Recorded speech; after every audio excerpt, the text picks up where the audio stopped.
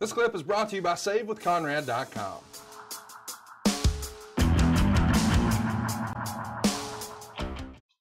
Let's get to the next one. We got the Dudleys taking on Big E and Kofi Kingston.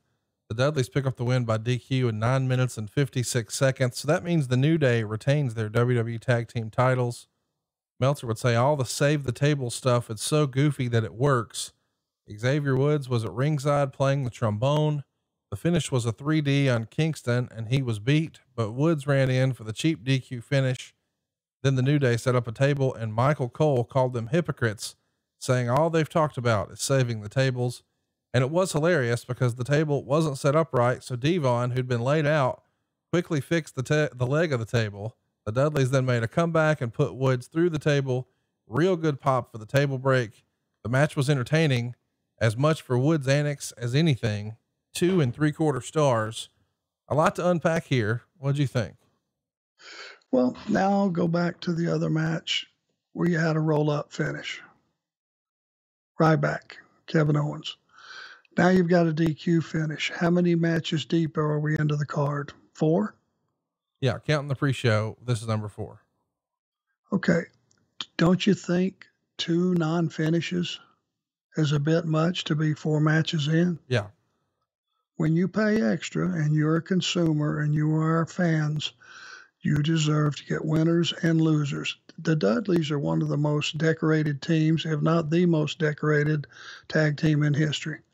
You're not going to hurt the Dudleys to beat them. Right. Especially when you got 3 guys and 3 guys that are pretty damn athletic, with Big E being one of the 3. I think it would be pretty easy to get a victory out of that.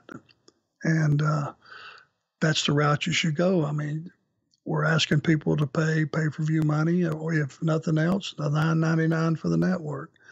But you're asking them to pay extra, have winners and losers. And you're talking about business had started to teeter a little bit during this time.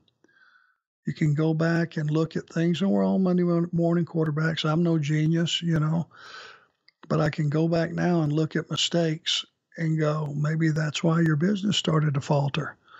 Because in the past, you would normally have finishes across the board with maybe out of 8 to 10 matches, you might have had one finish that was a little screwy that was going to get you to the next pay-per-view, but that's it.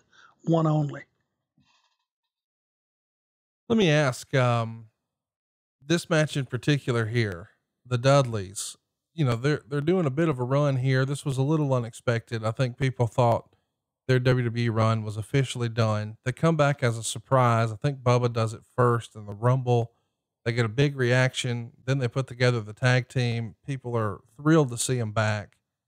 And as old as it may seem, or tired as it may seem, man, that Devon get the tables in the table spot, it was still over, especially when they did it. It's hard to put my finger on why that works so well. Is it just nostalgia? Is it the respect of the performers that they've sort of grown up with? What is it? Well, because in those days, the business had not elevated itself to where you had higher and farther bumps, 2 TLC matches in one night, two Hell in the Cells in one night.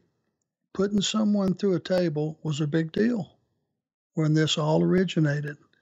In the early days, it was one of those biggest things that happened during the night. And people love nostalgia. People love trivia. They love stuff that they grew up with. And having Devon get the tables was one of them. And it has tested, time as far as getting over and staying over. It's one of those things that people remember. They chant with Bubba when he says it, and they love the spot. And it was one of those things when you put somebody through a table, that was it, done, finished, no continuing on. It was a big deal in the industry. When they're looking to come back here in 2015, did you sort of think from the outside looking in that this is like a victory lap? This is a farewell tour. They're back here, not necessarily to be featured guys, but to help make younger up and coming tag teams? Or did you get a different impression in 2015? No, that would have been common sense would have told you that was that was the deal. That would have been, you know, for me, you know, you got this whole new crew of young guys. They need some people with some credibility to help get them over and, you know, help them get stable in the business and learn the locker room ethics and all those things. There's a lot more that goes than just going out and being an opponent for somebody. You know, the veterans, it's our job to pass the information down to the next group of guys and have them learn the business from the inside out. Let's talk one more thing about this match and then we'll move on. New Day at this point has become a phenomenon, but it almost seems like it's a challenge. Like, hey, let's see what other silly shit we can get over. I mean, along the way, they had an ice cream bicycle. They had the, Booty-O's, like a cereal of booty. They had pancakes they threw to the crowd. But here, unbelievably, they've even managed to get over a fucking trombone.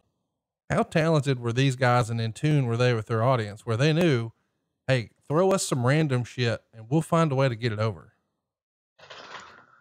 When they came through the curtain, you were going to have fun. Xavier Woods can no more play a trombone than I can or my dog. Some of the sounds that came out of that were horrifying, and that was part of the entertainment. Big E, an 800, 900-pound squatter, Kofi Kingston, you know, just a superstar waiting to happen. And this combination of those guys, and here's that one intangible that you can spot, I can spot. Some people can spot, some of the fans, but it's when it's very real, you see it. Those guys love each other and they love being partners and they love performing and they are having the time of their life. And that comes through. That's something you can't fake. That's something you can't pretend to be doing. Those guys really are a team and they care about each other, and the bond they have is, it's just there. You know it talking to them. You know it watching them perform. And that's the reason those guys got over. They just, what you see is what you get. Hey, it's Conrad Thompson. Thanks for checking out the podcast here on YouTube. Be sure to hit the subscribe button and the notifications bell so you get a notice anytime we upload some new content. And go save yourself some money right now. If you're in a 30-year loan or you have credit card debt, it's not a matter of if I can save you money. It's a matter of how much.